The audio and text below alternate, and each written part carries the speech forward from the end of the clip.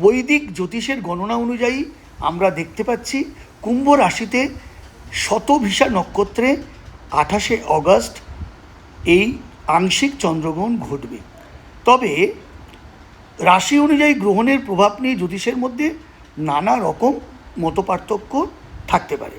তবে কতগুলো বিষয় নিশ্চিত, সেই নিশ্চিত বিষয়টি হলো বিপদ। এই শেষ চন্দ্রগ্রহণের সময় পাঁচটা রাশির কিন্তু একটা বিপদের আশঙ্কা বা অশুভ সময় শুরু হচ্ছে। প্রথমে আছে কুম্ভ রাশি। কুম্ভ রাশিতে গ্রহণ সংগঠিত হচ্ছে বলে এই রাশির জাতকদের উপর প্রভাব তুলনামূলক বেশি পড়তে পারে। জ্যোতিষদের মতে কাজের ক্ষেত্রে হঠাৎ পরিবর্তন, মানসিক অস্থিরতা, গুরুত্বপূর্ণ সিদ্ধান্ত নিয়ে দ্বিধা তৈরি। তাই তাড়াহুড়ো না করে সঠিক সিদ্ধান্ত নিন এবং সময় নিয়ে সিদ্ধান্ত নিন। দ্বিতীয়তে হলো সিংহ রাশি, সাইন লিও। কুম্ভের বিপরীত রাশি হলো সিংহ, ফলে সম্পর্ক, পার্টনারশিপ, ব্যক্তিগত জীবন কিছুটা টানাপোড়েন তৈরি হওয়ার আশঙ্কা তৈরি হচ্ছে। অংশীদারি এবং ব্যক্তিগত জীবনে যে টানাপোড়েন তৈরি হওয়ার আশঙ্কা তৈরি হচ্ছে, তার জন্য আপনাদের বিশেষ করে মাথা গরমের প্রবণতা, ভুলভাল কথা বলা, রেগে যাওয়া, রেগে মাথা গরম হয়ে অপরকে কষ্ট দিয়ে কথা বলা, আবেগের বশে সিদ্ধান্ত নেওয়া, এইগুলো কিন্তু আমি পরামর্শ দিচ্ছি এড়িয়ে চলুন। না হলে কিন্তু আপনাদের ব্যক্তিগত জীবন এবং পারিপার্শ্বিক, প্রতিবেশী, বন্ধুবান্ধব প্রত্যেকের সঙ্গে একটা বিচ্ছেদ বা বাজে কিছু হতে পারে। নাম্বার 3 আছে বৃষ রাশি। আর্থিক বিষয় এবং কর্মক্ষেত্রে পরিবর্তনের পরিস্থিতি তৈরি হতে পারে। নতুন বিনিয়োগ বা বড় আর্থিক সিদ্ধান্ত নেওয়ার আগে ভালোভাবে যাচাই করা অত্যন্ত জরুরি। নাম্বার 4 আছে স্করপিও বা বৃশ্চিক রাশি। কর্মজীবন ও পারিবারিক দায়িত্বের মধ্যে চাপ বাড়তে পারে।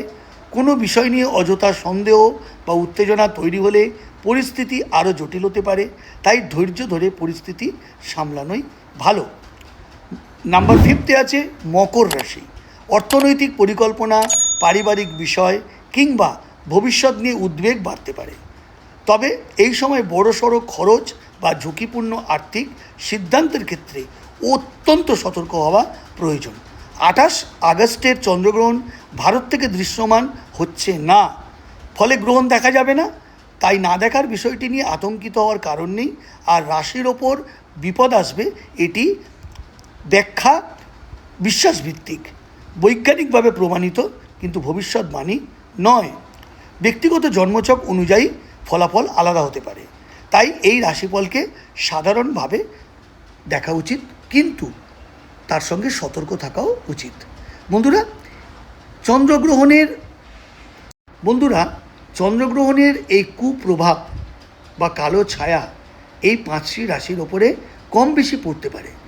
এই ফলাফল কিন্তু নির্ধারিত হবে আপনাদের ব্যক্তিগত জন্মছকে গ্রহ নক্ষত্রদের অবস্থানের উপর এবং আপনি কোন দশায় আছেন তার উপর, এবং শুভ এবং অশুভ গ্রহদের অবস্থান ও তাদের সম্পর্কের ওপর ভিত্তি করে।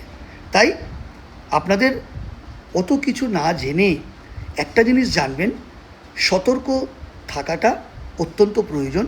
তার ফলে যদিও আপনাদের এই ব্যাপারগুলো ঘটতে চলেছে, তদিও কিন্তু তত বেশি প্রভাব পড়বে না বা ক্ষতি হবে না, এইটুকু পরামর্শ দিতে পারি।